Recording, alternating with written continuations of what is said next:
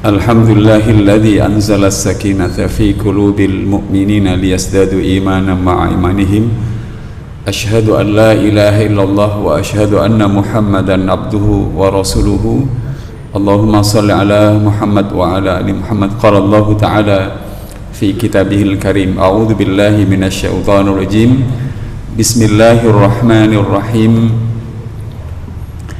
Wal asri innal insana lafi khusrin illa alladhina amanu wa amilus solihati wa tawasaw bil haqqi wa tawasaw bis sabr. Sadaqallahul adzim.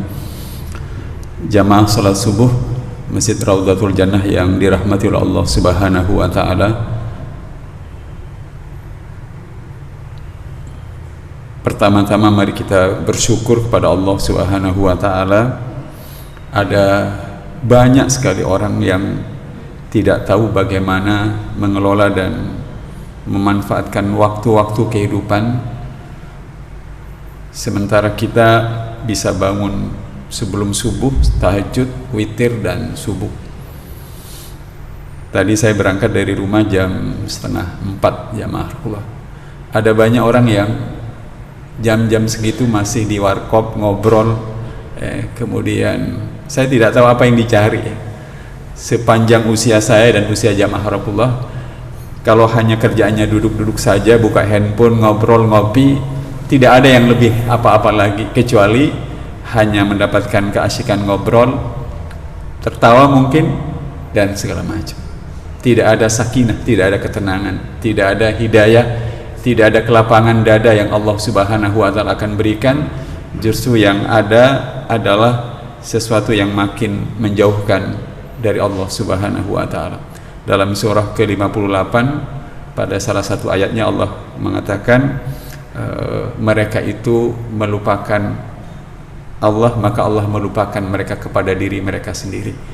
Lupa kepada diri sendiri itu artinya lupa dari mana dia berasal, lupa pada diri sendiri itu lupa kemana, bahkan mungkin tidak tahu kemana hidup ini akan berakhir, lupa apa yang harus dikerjakan, dan seterusnya jamaah. Makanya di setiap khutbah maupun khutbah Jumat maupun ceramah seperti ini, salah satu kalimat yang dikutip oleh para khatib yang sesungguhnya kalimat ini adalah ucapannya penduduk surga. Jadi kalau orang masuk surga nanti ucapannya ini, yaitu alhamdulillahilladzi hadana li hadza wa ma kunna linahtadiya laula an hadanallah. Itu ada dalam surat ke-7 salah satu ayatnya. Ketika penduduk surga itu sudah masuk ke dalam surga, ucapan mereka itu adalah alhamdulillahilladzi hadana li hadza. Ya Allah, kami memujimu dan bersyukur kepadamu karena Engkau ya Allah menunjukkan kami pada jalan ini sehingga kami sampai ke dalam surga. Jamaah yang dirahmati oleh Allah Subhanahu wa taala, mudah-mudahan kita juga memohonkan rahmat dan ampunan Allah untuk Rasulullah sallallahu alaihi wasallam. Ini harus disadari, ya. Kenapa jamaah Rasulullah? Karena rahmat dan ampunan Allah Subhanahu wa taala layak kita berikan sampai pun kita mengucapkan dan menyebut nama Nabi itu berkali-kali dalam setiap kesempatan sholat kita. Allahumma sholli ala Muhammad, nanti kemudian diulangi lagi wa barik ala Muhammad, dan seterusnya. Kenapa? Jasa besar beliau itu luar biasa, jamaah Rasulullah. Nah, nanti mohon izin materinya dalam bentuk PowerPoint saya share di grup WA saja, jamaah Rasulullah. Saya bawa laptop sebenarnya, tapi sudah nggak apa-apa. Nah, pada pagi hari ini saya ingin mengajak jamaah Rasulullah untuk mendalami apa sih sesungguhnya kekuatan besar yang menggerakkan peristiwa hijrah. Kenapa saya sebut kekuatan besar? Karena peristiwa ini peristiwa yang sangat besar. Jamaah Rasulullah, mari kita renungkan firman Allah Subhanahu wa taala di dalam surat ke-8 ayat ke-26. Di sana Allah Subhanahu wa taala berfirman begini. Wadhkuru id antum qalilum mustad'afuna fil ard takhafuna ayyatakhattafakumun nasu fa'awakum wa ayyadakum binasrihi wa razaqakum minat thayyibati la'allakum tashkurun. Dan ingatlah ketika kamu para muhajirin masih berjumlah sedikit lagi tertindas di bumi Mekah. Berjumlah sedikit lagi tertindas di bumi Mekah. Jamaah Rasulullah, mari kita bayangkan, hijrah itu peristiwa berpindahnya Nabi dan kaum muslimin di Mekah ke Madinah, tetapi di Mekah itu mereka tertindas. Sekali lagi tertindas. Gambaran tertindasannya mengerikan, ya Mas. Sahabat-sahabat Nabi itu kecuali yang memang tokoh kuat, berani, ditakuti orang, tidak ada yang berani menyentuhnya, termasuk Umar bin Khattab. Tetapi Bilal bin Rabah termasuk Utsman bin Affan juga menjadi korban dari penyiksaan, ancaman, penangkapan dan segala macam. Dalam surah ke-8 ayat ke-26 itu Allah berfirman, takhafuna ayyatahattafakumun nas, dan kamu takut orang-orang Mekah akan menculik kamu. Jamaah, saya ingin membayangkan kondisi kita sekarang. Saya datang, jamaah datang ke sini, jamaah Rasulullah, kemudian semuanya berjalan lancar. Bayangkan kalau saya datang ke sini, jamaah datang ke sini, situasinya sangat tidak aman, jamaah. Nah, di Madinah sendiri pun tergambar dalam dialognya As'ad bin Zurarah. As'ad bin Zurarah itu orang pertama Madinah yang masuk Islam. Orang Arab itu sebelum Nabi diutus selalu ada ritual haji setiap tahunnya. Nah, pas As'ad bin Zurarah dari Madinah ke Mekah ini hendak menunaikan ibadah haji, walaupun dengan aktivitas dan ibadah haji yang masih akhirnya dikoreksi oleh Nabi, beliau bermalam di rumahnya Utbah bin Rabi'ah, jamaah, Utbah bin Rabi'ah. Nah, lalu pada malam sebelum paginya, Utbah itu nanya, bagaimana kondisimu di Madinah? Dari sinilah kalau kita memahami dialog ini, kita membayangkan tidak mungkin hijrah ini berhasil kecuali memang melalui sebuah perjuangan yang sangat luar biasa dan digerakkan oleh kekuatan besar, jamaah. Kata As'ad bin Zurarah, itu masalah kami yang tidak selesai. Kami konflik dan tidak pernah berakhir konflik di antara kami. Bukan 1 tahun, puluhan tahun, bahkan ratusan tahun. Antara Aus dan Khazraj itu benar-benar luar biasa. Sekarang bayangkan, jamaah Rasulullah, Pak Huda di sini itu mau ditangkap, mau dimusim, mau disiksa dan ke tempat yang baru di mana Pak Huda mau pindah, kantornya di BJ misalnya, di sana itu ada konflik yang luar biasa. Kebayang tidak bahwa berpindahnya sekian banyak orang, bukan 1 orang loh, kalau 1 orang kan gampang. Berpindahnya bukan 1 orang, bahkan banyak orang dari kota yang penuh ancaman, penyiksaan, penculikan ke kota yang masih ada konflik. Mudah-mudahan ini kebayang, jamaah. Apa hal besar yang dilakukan sehingga situasinya tiba-tiba menjadi luar biasa. Jamaah yang dirahmati oleh Allah Subhanahu wa taala, saya pernah di forum ini mengatakan kata-kata Ibnu Athaillah yang saya ingin ulang lagi. Beliau mengatakan begini, kaifa tukhraqu lakal awaidu wa anta lam takhraq min nafsikal awaida. Bagaimana mungkin kalian memperoleh hasil-hasil perjuangan hidup yang luar biasa kalau kalian tidak melakukan hal-hal yang luar biasa. Ya, Ma. Coba kita lihat ya. Di Mekah mau ditangkap, dibunuh dan segala macam, di Madinah belum aman. Bukan sebelum belum aman, tetapi masalahnya serius sekali. Jadi di Madinah itu ada Aus dan Khazraj. Lalu ada 3 Bani Yahudi, Bani Qaniqah, Bani Quraidah dan Bani Nadir, yang mereka itu berbangga dengan mereka sebentar lagi akan diutus Nabi akhir zaman. Mereka tahu dari Taurat mereka itu, tetapi mereka berharap Nabi itu akan ada dari garis keturunan mereka itu. Setiap saat orang-orang Arab yang Aus dan Khazraj itu tahu berita itu dan datang ke Madinah. Salah satunya harapannya adalah mudah-mudahan Nabi itu datang dan bisa datang ke Madinah mengakhiri konflik, jamaah rukun. Hadirin yang dirahmati Allah Subhanahu, disinilah saya ingin mengajak jamaah rukun. Kalau sekarang kita ini masjid tidak ramai, kemudian anak-anak muda jauh dari masjid, masing-masing rumah itu tidak seluruhnya orang-orangnya beribadah kepada Allah Subhanahu wa taala, belum lagi fitnah dan segala macam.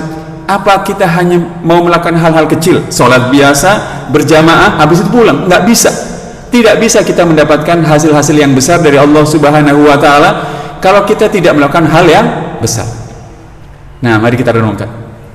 Tepat pada tahun 11 kenabian, jamaah Rasulullah, pada tahun 11 kenabian, hadirin rahimakumullah, datanglah orang-orang Madinah, jumlahnya jamaah Rasulullah sebanyak 6 orang. Dari sekian banyak orang Madinah yang datang, 6 orang inilah yang kemudian menyatakan masuk Islam. Tapi mari berpikir kritis, apakah cuma-cuma itu? Orang-orang Madinah masuk Islam. 6 orang itu As'ad bin Zurarah, Auf bin Haris, Rafi' bin Malik, Qutbah bin Amr, Uqbah bin Amir, dan Jabir bin Abdullah. Jamaah. Tadi As'ad bin Zurarah sudah saya sebut jam. Pertanyaan kritisnya adalah bagaimana bisa orang-orang itu masuk Islam dari Madinah datang ke ini. Nah, dari sinilah kita mulai mengerti jamaah Rasulullah apa hal besar yang membuat hijrah itu bisa terjadi. Apa yang dilakukan itu? Nabi, mari kita renungkan, Nabi itu jamaah Rasulullah setiap kali musim haji datang, beliau tidak membiarkan di mana orang berkelompok satu tenda dan segala macam mengumpul, kecuali oleh beliau didatangi satu persatu. Saya ulangi sekali, didatangi satu persatu, mengenalkan dan menjajakan Islam. Saya datang ke masjid ini diundang enak jam sekarang, dikasih mimbar dan segala. Nabi tidak jamaah. Sebelum peristiwa hijrah itu, bahkan awal-awal itu adalah Abdullah bin Mas'ud, sahabat Nabi yang hafal 30 juz jamaah Rasulullah. Beliau itu bilang, ya Rasul, apakah kita tidak perlu menyampaikan Islam langsung secara terbuka kepada mereka? Jangan, situasinya tidak memungkinkan. Sahabat ini ngeyel, memberanikan diri di depan Ka'bah membaca beberapa ayat dari surah Ar-Rahman. Ar-Rahman wa'allamal Quran. Baru beberapa ayat datang, tiba-tiba orang-orang Makkah berkumpul, kemudian memukulnya dan pingsan. Ya Marco. Setelah dia didekati sahabat, kemudian disirami air, dia sadar kembali. Dia bilang, setelah aku merasakan pukulan mereka, demi Allah aku ingin membacakan Al-Quran sekali lagi. Bayangkan, seluar biasa itu. Dan 13 tahun Rasulullah ada di Mekah, itu jumlah orang yang masuk Islam sedikit, jamaah. Tapi yang menyebabkan bisa hijrah itu tadi Allah mengabadikan diantaranya dalam surat Mudaththir, surat 74 dari ayat 1 sampai ayat ke-7. Ya ayyuhal mudaththir, wahai orang yang berselimut, kum fa'anzir, berdirilah dan sampaikanlah peringatan. Jamaah Rasulullah menyampaikan dakwah di tempat seperti ini, apa susahnya? Ya kan? Jenengan sudah mendengarkan saya, tapi menyampaikan ajakan Islam di depan orang-orang yang sangat tidak suka. Tidak sukanya itu begini, ya Mas. Mereka itu tidak meragukan Nabi itu siapa, tidak meragukan nasab beliau ke atas itu siapa. Bahkan dalam sejarah itu nasab beliau sampai sambung ke Nabi Ibrahim itu tidak ada cacatnya sama sekali, luar biasa. Tidak ada yang bisa mengingkari. Yang mereka masalahkan nanti kalau mereka masuk Islam, otoritas mereka, kekuasaan mereka mengatur urusan-urusan Mekah itu hilang dan mereka harus tunduk kepada Islam. Itu yang membuat mereka memusuhi Rasulullah SAW. Dan tidak tanggung-tanggung 10 orang zaman, 10 orang yang menguasai urusan-urusan Mekah waktu itu, yang ngatur air, yang ngatur jamaah orang yang datang ke Baitullah untuk beribadah haji, yang ngatur pasukan perang dan segala, hanya menyisakan 2 orang. 8 orang itu masuk Islam dengan ajakan dakwah Rasulullah SAW itu. Tapi itu pun jumlahnya tetap tidak banyak. Jamaah Rasulullah, saya merenung jamaah Rasulullah. Kalau jamaah yang mau masuk ke masjid ini sama dengan jumlah keluarga muslim yang ada di mana? Di Wisma Permai ini, sepertinya kita memerlukan usaha yang sangat besar. Tidak bisa jamaah datang ke sini, sholat berjamaah, pulang, diam. Mestinya kita juga, kata Allah dalam surat ke-74, kum fa'andir, ayat keduanya, berdirilah dan berilah peringatan. Apa yang perlu diberi peringatan? Diingatkan orang-orang itu. Kalau kita tidak ke masjid, orang itu tidak akan merasakan sakinah dalam kehidupan. Kalau kita tidak ke masjid, kebersamaan diantara kita tidak akan terbentuk. Kalau kita tidak mengajak kepada kebaikan, jangan sampai, kata Rasulullah, kalian berdoa tapi doa kalian tidak dikabulkan oleh Allah Subhanahu wa Ta'ala. Kenapa? Karena kalian tidak mengajak kepada yang ma'ruf dan mencegah dari yang mungkar. Perkara nanti dibilang, ibu ini nggak usah ngurus urusan saya, nggak perlu saya diajak, itu urusan lain jamaah sekalian. Perkara orang mengatakan bapak ini sok suci dan itu urusan dia, tapi kewajiban kita adalah kum fa'anzir, berdirilah dan berilah peringatan. Jamaah yang dirahmati oleh Allah Subhanahu wa Ta'ala, nanti akademi sepak bola itu mau tanding 4 tim aja Mas. Saya diundang, Ustaz datang nanti jam-jam 9 kan, melawan akademinya sepak bolanya Rudi Kelces, yang saya sendiri, ada 2 lagi IM Indonesia Muda dan segala macam. Saya selalu mikir, apa sih pentingnya saya datang ke tempat itu kalau tidak karena urusan begini jamaah, mengajak orang kepada masjid, kenal Tuhan, mau beribadah, tidak menyia-nyiakan hidup hanya untuk olahraga saja semata, tetapi lupa kewajiban untuk mengisinya dengan kebaikan demi kebaikan. Jamaah yang dirahmati Allah Subhanahu wa taala, tapi mari kita renungkan jamaah. Nabi itu menjajakan, datang dari satu tempat ke tempat yang lain, dari satu tenda ke tenda lain, dari satu kabilah ke kabilah lain setiap musim haji. Tapi jumlahnya yang masuk Islam juga tidak banyak. Sampai Allah bukakan hati 6 orang yang masuk Islam. Kenapa? Ada latar belakang sosiologisnya. Karena orang Madinah itu sudah lelah berkonflik jamaah. Konfliknya panjang. Jadi mereka itu berharap, apalagi kabar kedatangan Nabi itu datang dari orang-orang Yahudi. Mereka berharap Nabi yang akan diutus itu bisa mengakhiri konflik mereka. Dan apalagi ajaran yang disampaikan itu adalah akidah untuk menjadi manusia yang baik dan tidak berkonflik satu dengan yang lain. Jamaah yang dirahmati Allah Subhanahu wa taala, oleh karenanya mungkin hadirin rahimakumullah tidak memandang keutamaan menolong agama Allah itu seperti kita tahajud. Kan kalau tahajud itu kan kalau kita berdoa dikabulkan, hajat pada dikabulkan.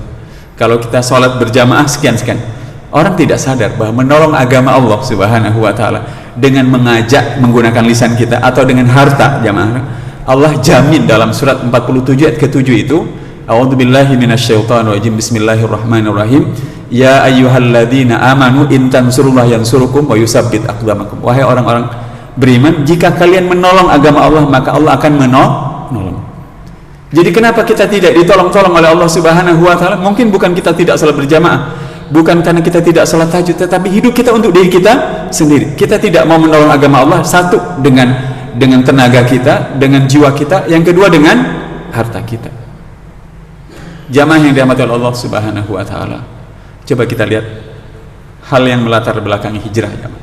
Hadirin bisa buka surat kedua ayat 207. Itu peristiwa yang menakjubkan, dan nanti kita bisa bertanya kenapa bisa seperti itu. Asbabun nuzul ayat ini, sebab turunnya ayat ini adalah karena seorang sahabat Nabi yang bernama Suhaib bin Sinan Ar-Rumi, orang kayanya Madinah di antara salah satu orang kayanya sahabat Nabi yang ada di Mekah. Beliau itu ketika hendak berangkat hijrah sampai di perbatasan kota Mekah, kayak di mana Waru itu jamaah, sudah mau ke Sidoarjo, Suhaib bin Sinan ini tiba-tiba dihadang, hendak dibunuh oleh orang-orang Mekah yang tidak suka pengikut Muhammad itu hijrah. Oleh karenanya kemudian Suhaib bin Sinan bereaksi. Dalam tafsir Ibnu Katsir dialog itu ada, kalian tahu kan aku bisa melawan kalian dengan tombak dan pedangku, tapi kalau kalian tetap menghalangiku untuk hijrah ke Madinah, silakan ambil seluruh hartaku. Itu opsinya, silakan ambil seluruh hartaku asal aku diberi izin untuk berangkat ke Madinah. Sudah, akhirnya pilihan itu rupanya diterima. Dia dibiarkan melenggang sampai ke Madinah. Begitu beliau hendak masuk Masjid Nabawi, sahabat-sahabat Nabi yang lain itu memberikan ucapan selamat dan mengatakan, berlabalah perdaganganmu, berlagalah perdaganganmu. Suhaib bin Sinan kaget, ada apa? Kenapa dia disambut seperti itu? Begitu beliau masuk ke dalam Masjid Nabawi, dan Nabi kemudian menjelaskan bahwa Allah baru saja menurunkan ayat tentang penghormatan Allah kepada seorang sahabat ini yang mengorbankan hartanya, mengorbankan dirinya untuk mencari keridhaan Allah. Dalam surat kedua ayat 207 itu, wa minan nasi may yashri nafsahu ibtigha'a mardatillah wallahu raufum bil ibad. Sebagian manusia ada yang mengorbankan dirinya untuk mencari ridhonya Allah, nyawanya dan hartanya. Pertanyaannya, kan tidak akan mungkin ada pengorbanan kalau tidak ada yang mendahulunya, benar kan kaidahnya? Tidak mungkin Suhaib bin Sinan ini mau menyerahkan hartanya. Misalnya di sini ya, salah satu jamaah Pak Maryadi misalnya, tiba-tiba ujuk-ujuk besok pagi beliau datang dengan seluruh sertifikat rumah, tabungan dan segala emas, diserahkan kepada masjidnya, silahkan ambil untuk kepentingan Masjid Ar-Raudhah. Pertanyaannya, ada apa? Apa yang menggerakkan beliau sehingga mengeluarkan? Salah satu penyebabnya adalah karena ada orang yang mendahulunya, iya kan? Kalau ada orang yang mendahului, siapa saja? Di antaranya kita bisa sebut adalah Abu Bakar As-Siddiq. Dalam surah yang kita kenal, wal laili idza yaghsha wan nahari idza tajalla, surat Al-Lail itu ada ayat begini, fa amma man a'ta wattaqa wa saddaqa bil husna fasanu yassiruhu lil yusra. Barang siapa yang memberikan hartanya di jalan Allah dan membenarkan adanya balasan dari Allah, maka Allah mudahkan jalannya dalam kehidupan dunia sampai menuju surga. Ayat ini tentang Abu Bakar ya Mas. Dalam kitab Tarikhul Khulafa karya Imam Suyuti, ayat ini tentang Abu Bakar. Jadi Abu Bakar itu waktu kekayaannya waktu dia masuk Islam, kekayaan totalnya itu kalau dirupiahkan 94 miliar berdasarkan sebuah buku yang ditulis oleh seorang sarjana Yain dari Yain Sunan Kalijaga. 94 M. Begitu sampai di Madinah sudah hijrah, kekayaannya itu tinggal hanya sekitar 934 juta. Kemana harta sebanyak itu? Seluruhnya digunakan untuk membantu Nabi berjuang, membebaskan budak dan segala macam. Jadi kalau masjid ini sudah besar kan jamaah, ini kan baru masjidnya, tapi kalau jumlah jamaahnya mau ingin diperbanyak lebih lagi, hitung berapa harta kita yang harus kita berikan kepada tetangga, kepada orang yang mungkin keluarga di sekitar kita ini tidak butuh uang, tetapi mungkin butuh buku, butuh tafsir, butuh buku agama yang kita beli, lalu kemudian kita inisiatif, kita berikan ke tetangga kanan kita itu, dan mungkin juga bukunya disesuaikan dengan hal-hal yang membuat mereka tertarik untuk masuk ke dalam masjid jamaah. Hadirin, Ustadz Bahtiar Nasir pernah mengomentari tafsir Al-Azhar Pak Huda yang sempat saya dulu katanya, maksudnya dulu waktu beliau bekerja ke Singapura dan mana di Malaysia, di setiap masjid itu kata beliau ada kitab tafsir Al-Azhar, tapi di masjid Malaysia dan masjid Singapura. Videonya ada di handphone saya. Di masjid kita nggak ada kan jamaah. Saya merenung bagaimana masjid ini bisa besar jamaahnya kalau masjidnya sudah luar biasa, kalau kita tidak melakukan sesuatu yang sangat besar. Mohon maaf jamaah, saya dan jamaah Harakullah baru mengeluarkan zakat itu yang 2,5%. Itu berapa sih besarnya itu? Kalau gaji saya 2 juta, mohon maaf, 20 juta, 2,5% kan berarti berapa Pak? 2,5% kali 20 juta, 500 ribu, kecil ya. Iya kan? Kalau kita mau menolong agama Allah Subhanahu wa Ta'ala, kayaknya 500 ribu itu harus dinaikkan. Mau dinaikkan versinya Abu Bakar, seluruhnya diserahkan, tapi jangan tiru Abu Bakar karena beliau punya keahlian berdagang. Jangan serahkan harta nekat tapi tidak bisa mencari lebih banyak lagi, repot kan? Atau menyerahkan versinya Umar bin Khattab. Ya maaf kok. Umar bin Khattab itu kekayaan lebih banyak dibandingkan Abu Bakar. Umar bin Khattab itu hampir 6 triliun, Abu Bakar hanya 94 miliar. Tapi kita tahu kan kedudukannya di hadapan Allah dan Rasulnya seperti apa. Jamaah Rasulullah, saya begitu juga Rasulullah SAW. Waktu sampai di Madinah, unta beliau itu kan semua orang berebut, ya Rasul tinggallah bersama kami. Nabi bilang gini, tunggu di mana ontaku berhenti. Iya kan? Ternyata berhenti di sebuah tanah itu miliknya anak yatim. Semua sahabat itu berebut untuk membeli tanah dan diserahkan untuk dibangunkan masjid, tapi Nabi tidak mau. Dia bayar dengan uangnya sendiri. Saya mohon maaf jamaah, saya ini mubaligh, khatib dan segala macam. Kadang-kadang di hati sebagian khatib itu, termasuk saya itu, oh jadwal saya sebulan ada 4 kali, berarti 4 kali amplop. Mohon maaf jamaah. Saya banyak merenung, jangan-jangan saya menunaikan kewajiban dakwah hanya menghitung, mohon maaf, kafalah yang diberikan oleh masjid kepada saya. Saya tidak pernah berhitung bagaimana kafal itu dilepas seluruhnya untuk membelikan buku, tafsir dan segala macam dikembalikan ke dalam masjid. Kalau cara berpikirnya khatib seperti saya seperti itu, nggak pernah akan maju Islam. Kenapa? Dia hanya memikirkan jadwal ceramah, lalu kemudian menghitung berapa yang dia dapatkan, lalu kemudian tidak memikirkan bagaimana masjid ini dibantu dan segala macam.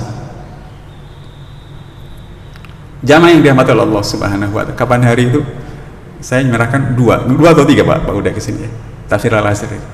Saya mau cerita ke Pak Huda dan jamaah Rasulullah, itu dari program wakaf tafsir itu saya dapat keuntungan, maksudnya selisih dari penerbit total 30 juta.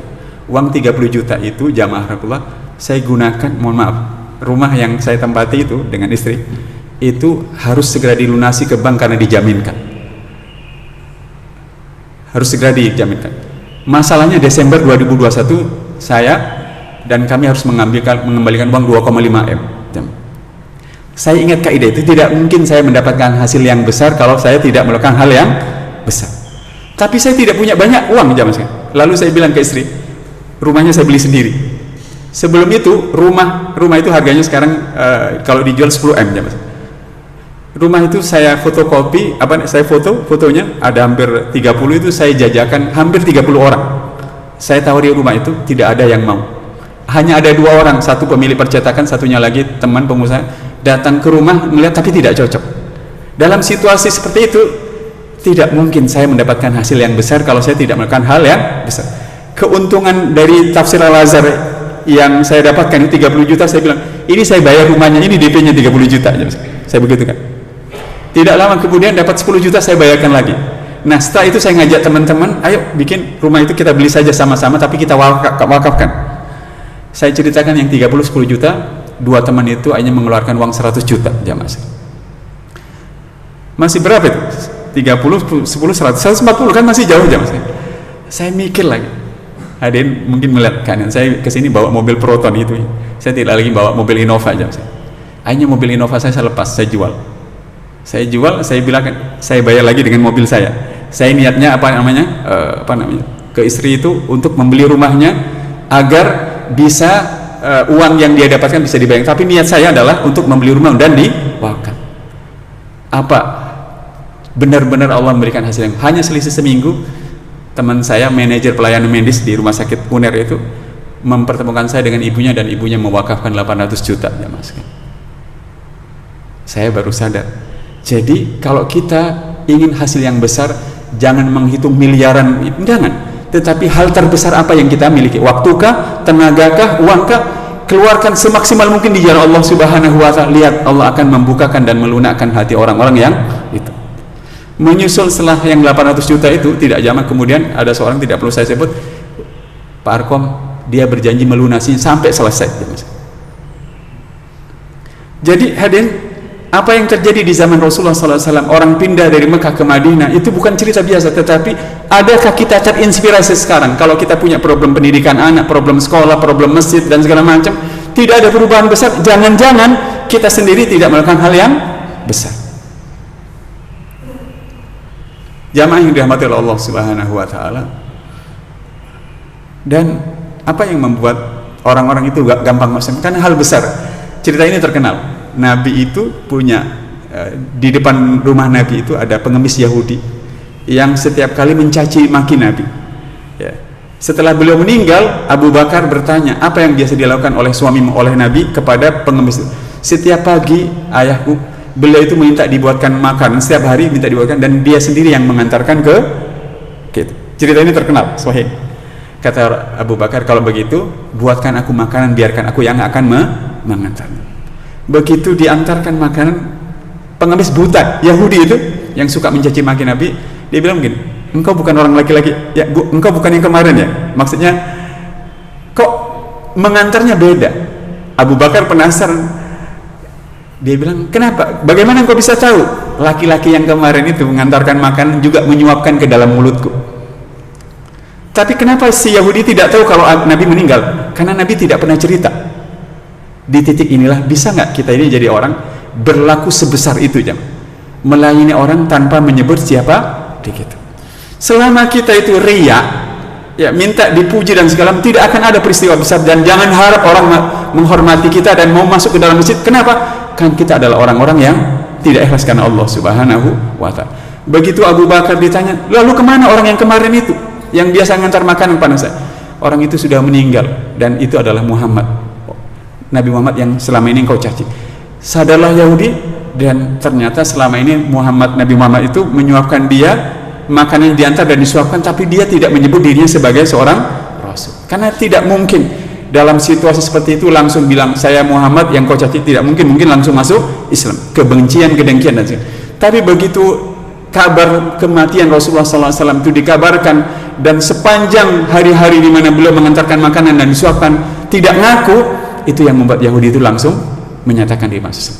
Saya merenung jam saya, kenapa saya ngajak istri saya, ibu-ibu ngajak suami, ngajak anak, tidak ada perubahan yang luar biasa?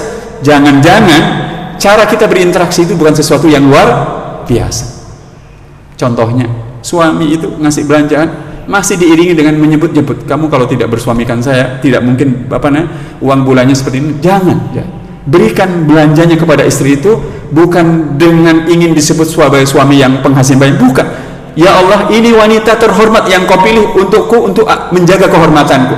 karena engkau telah pilihkan buatku, aku akan jaga dia seperti engkau telah menjagaku dengan mengirimkan wanita itu.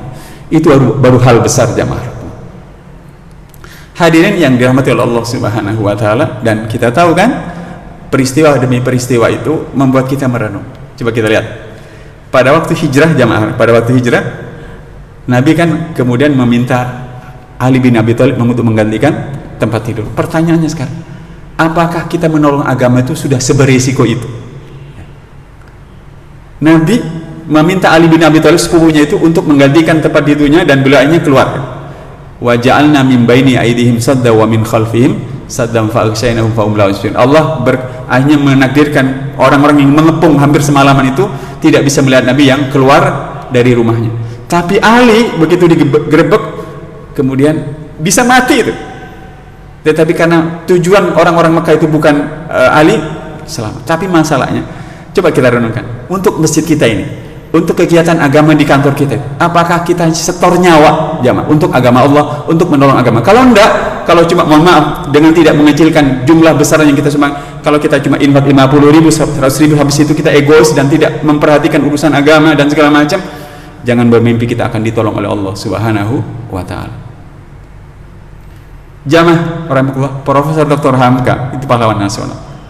Saya baca bagaimana beliau itu mempertaruhkan nyawanya, bukan hanya saat di penjara. Beliau itu berperang ketika Jepang datang, ketika beliau dari satu kota ke kota yang lain, satu kecamatan-kecamatan lain di Sumatera, untuk menggerakkan orang agar mau melawan Jepang. Di satu sisi orang Jepang juga percaya pada dia bahwa dia punya hubungan yang baik dengan tokoh-tokoh di Sumatera. Tapi nyawa taruhannya jamaah. Oleh karenanya, jamaah yang pegang handphone ini, jamaah bisa buka surat ke-49, 2 ayat terakhir. Jadi ayat sebelum ayat terakhir, Allah itu nyindir kita begini, a'udzubillahi minasyaitonirrajim, bismillahirrahmanirrahim, yamunnuna 'alaika an aslamu. Muhammad, orang-orang itu merasa memberi nikmat dengan keislaman mereka, iya kan? Jujur saja kita ini jadi jamaah Masjid Radulullah, bahkan jadi takmir, Mama Pak Huda, Pak Meriadi dan segala macam, kita juga iman, kita sudah merasa memberi nikmat kepada Allah. Bilang balillahu yamunnu alaikum an hadakum lil imani in kuntum shadiqin. Tetapi yang sesungguhnya itu adalah Allah yang telah memberikan nikmat dan berjasa besar kepada kalian, karena Allah telah meletakkan iman di dada mereka itu. Jamaah yang dirahmati Allah Subhanahu wa taala. Jadi mudah-mudahan nanti kalau setahun lagi kita memperingati peristiwa Hijrah, jangan hanya sekedar dihitung saja. Tahun depan berarti 1454 Hijriah. Ceritanya itu orang pindah dari Makkah. Jangan, tetapi apa hal-hal besar, pekerjaan-pekerjaan besar yang dilakukan sehingga ada perubahan besar yang Allah berikan. Sama juga kalau kita ingin mengharapkan perubahan besar dalam hidup kita, jangan pernah diam, lakukan hal-hal yang besar. Yang pertama yang menggerakkan hijrah itu kan ada keyakinan yang besar. Saat Nabi itu berlindung di Gua Sur kan, Abu Bakar itu menyediakan tubuhnya untuk menjadi tameng hidup, karena salah satu lubang di dalam Gua Sur itu ada binatang buasnya, kalajengking. Beliau tutup sehingga beliau berharap Nabi itu tidak menjadi korban dari keganasan binatang itu. Sampai beliau kemudian kena gigit, hampir saja berteriak, karena pas di atas, karena agak ke atas itu orang-orang Mekah sudah berada di mulut gua. Sampai Abu Bakar mengatakan, ya Rasul, andai mereka melihat ke bawah pasti mereka akan melihat kita. Oleh Nabi, la tahzan innallah, janganlah khawatir, Allah bersama kita. Allah melindungi Nabi dengan gua itu ditutup oleh laba-laba dan burung segala. Persoalannya gini, para ibu-ibu itu bilang, ya besok itu hari Senin itu jadwal terakhir bayar SPP anak ke UNER ya, jumlahnya 10 juta. Lalu saya bilang, la tahzan innallah mana, jangan khawatir istriku, Allah bersama kita. Kira-kira malam itu akan ada rezeki langsung 10 juta atau tidak ya? Kekuatan besar, iman yang besar kepada Allah Subhanahu wa ta'ala. Tetapi Allah bisa melakukan apa saja kepada kita kalau kita punya amal soleh, mendekat kepada Allah seikhlas mungkin dan seluar biasa mungkin. Banyak kejadian-kejadian seperti itu kita alami kan jamaah. Yang kedua setelah iman yang besar adalah cita-cita yang besar. Coba cara mengukur cita-cita yang paling gampang, periksa doa kita aja. Yang paling gampang lagi, yang tidak akan orang lupa, Rabbighfirli warhamni wajibuni warfa'ni. Jenengan renungkan, warfa'ni, ya Allah angkatlah derajat saya. Minta kita ini diangkat derajat, sekedar anak kita lulus kuliah, suami itu naik dan dipromosikan sebagai GM dan segala, ataukah sekedar itu, ataukah lebih besar lagi dari itu. Ya Allah angkatlah derajat saya ya Allah, sehingga engkau muliakan aku dengan meninggal dalam keadaan husnul khatimah. Jadikan kami ya Allah, suami saya hafal 1 juz, hafal 2 juz, istri saya ya Allah hafal 2 juz, 3, terserah, minta diangkat setinggi apa. Tidak ada yang lebih tinggi kalau kita kemudian meminta, ya Allah ridhoilah aku memasuki surgamu dan akhirilah hidupku dengan husnul khatim, terserah. Tapi kalau tidak ada cita-cita besar, tidak akan pernah ada pengorbanan yang sangat besar. Jamaah yang dirahmati Allah Subhanahu wa Ta'ala, yang ketiga, hasil-hasil besar itu yang menggerakkan hijrah itu karena memang ada perjuangan yang besar sekali. Ya, Nabi, coba cek, saya juga nanti di mana di PowerPoint yang saya buat, rute yang beliau tempuh itu dari Mekah ke Madinah itu bukan rute umum, jadi bukan jalan Ayani itu, bukan, tetapi jalan itu tikus. Dan semua orang mengerahkan kemampuan terbaiknya untuk melakukan hijrah, melakukan perjuangan yang luar biasa. Saya kalau ngajar, kemarin ngajar 2 kali, kawan-kawan SMP Al-Falah sama SMP di Ponorogo, saya selalu mengingat, ini soal kecilnya. Tidak mungkin saya bisa mengajar dengan baik kalau saya tidak baca buku, buka referensi, browsing internet, tidak melakukan perjuangan yang sangat luar biasa. Hadirin, mudah-mudahan bermanfaat apa yang saya sampaikan jamaah Rabbullah. Mudah-mudahan kita terinspirasi bahwa hijrah itu adalah sebuah peristiwa besar. Kenapa? Hasil-hasilnya besar. Di Mekah ditindas, di Madinah keadaannya goncang, tetapi karena Nabi setiap saat berdakwah, sekali lagi berdakwah dengan gigih dan luar biasa, satu persatu orang mendatangi Nabi dan menyatakan Islam, sampai kemudian Allah mengirimkan Mus'ab bin Umair dan yang lain-lain. Mudah-mudahan pada kesempatan yang lain bisa kita ulas lagi. Jamaah rahmatullah, bukan hafal semua peristiwanya, tetapi yang lebih penting di setiap detail-detail peristiwa itu apa hal besar yang bisa kita praktekkan sekarang agar hidup kita ini diubah jalannya oleh Allah Subhanahu wa Ta'ala. Semoga bermanfaat apa yang saya bahas. Jamaah mohon izin, Pak Mardi sudah materinya sudah saya kirim ke mana, ke WA-nya Pak Mardi, dan mohon nanti dikirim ke yang lain. Semoga kita terus gigih untuk menolong agama Allah. Kalau jamaah tidak bisa khutbah dan ceramah seperti saya, tolonglah agama Allah dengan tenaga ya. Kalau tidak bisa dengan tenaga, harta yang Allah titipkan pada kita, niatkan seluruhnya untuk melayani agama Allah Subhanahu wa Ta'ala. Kalau tidak ada harta, niatkan belajar ilmu sebanyak mungkin agar kita bisa membantu agama Allah Subhanahu wa Ta'ala, dan termasuk doa kepada Allah Subhanahu wa Ta'ala serta keluarga. Demikian yang bisa saya sampaikan. Saya kembalikan lagi kepada Mak Benadi. Ada, monggo Pak Benadi. Terima kasih atas pertanyaannya. Mungkin ada yang ingin bertanya?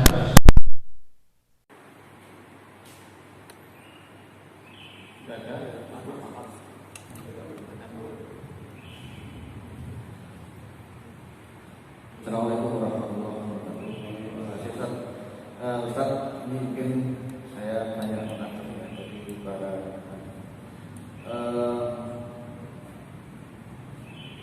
istilah penolong agama Allah. Ada yang hanya orang yang masih berpikiran Allah kan tidak perlu ditolong. Ya, mungkin bisa diperjelas Ustaz. Itu satu.